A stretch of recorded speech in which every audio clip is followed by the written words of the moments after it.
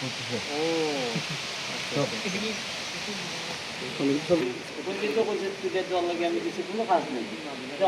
এখন নিচে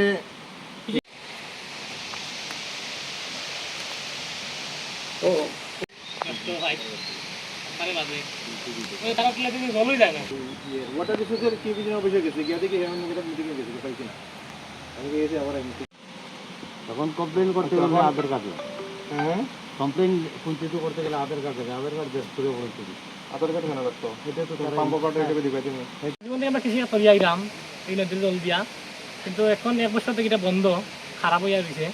আমরা এখন তো কৃষি কাজ কেমনে করতাম? এই আমরা 200-300 পরিবারের লাগিয়ে আমরা এটা হইলে কোনো ভরসা এই পাওয়া অবস্থায় লাইফ এটুকুই আমার। মার্কেট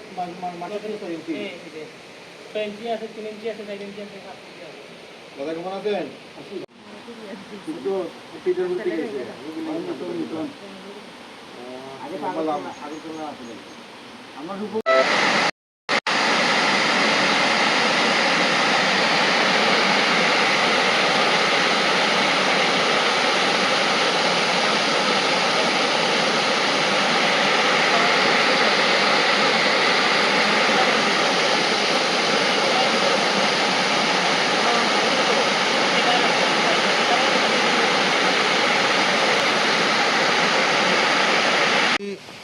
রাজনগর গাঁওসভার 6 নম্বর ওয়ার্ডে আমার পেছনে যে গোটা দেখতে পাচ্ছেন এটা একটা পাম্প হাউসের ঘর।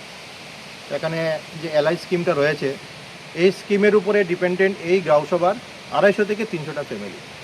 তো গতকাল আমার সঙ্গে ওরা ফোন মারফত যোগাযোগ করেছে যে এলআই স্কিমটা দীর্ঘ 1 বছর থেকে কাজ করছে না।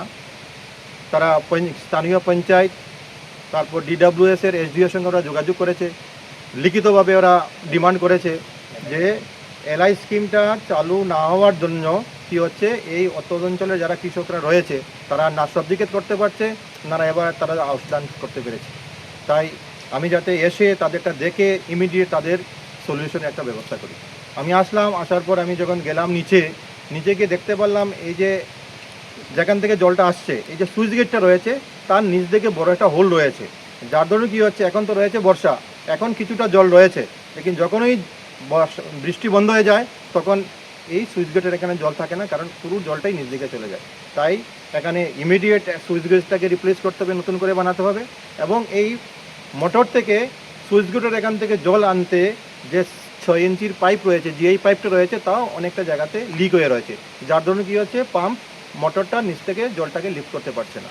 অ্যান্ড ফাইনালি কী হচ্ছে এখান থেকে যে ডেলিভারি পাইপটা রয়েছে বিভিন্ন কৃষকের ক্ষেতে এবং বিচরার সঙ্গে যুক্ত রয়েছে, সে মাল্টিপুল লোকেশনে পাইপটা হোল রয়েছে, ভেঙে গেছে, যার জন্য কী হচ্ছে কৃষকরা এই জলসেচের বেনিফিটটা পাচ্ছেন না। আমার আবেদন থাকবে এই ভিডিওর মাধ্যমে